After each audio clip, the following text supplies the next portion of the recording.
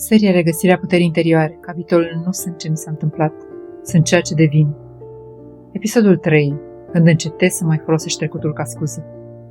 Există o diferență subtilă, dar uriașă, între a înțelege trecutul și a te ascunde în spatele lui. În primii pași ai vindecării este necesar să spui: așa am devenit, asta m-a format, asta m-a rănit.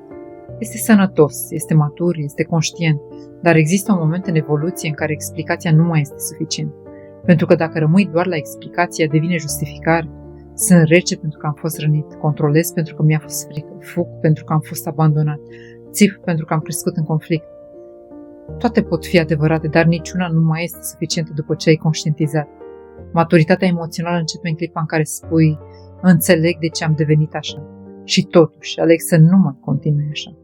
Aici se face diferența dintre vindecare și stagnare, pentru că rana explică, dar nu scuze la nesfârșit.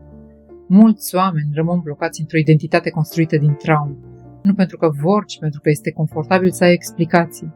Explicația oferă siguranță, responsabilitatea cere transformare. Când încetezi să mai folosești trecutul ca scuză, nu devii dur cu tine, devii responsabil. Și responsabilitatea nu este pedeapsă, este putere. În acel moment încetezi să mai spui așa sunt eu și începi să spui așa am fost, acum aleg diferit. Este un salt pentru că presupune să renunți la identitatea construită în jurul durerii. Dacă ai fost cel rănit, ce ești când nu mai reacționezi din rană?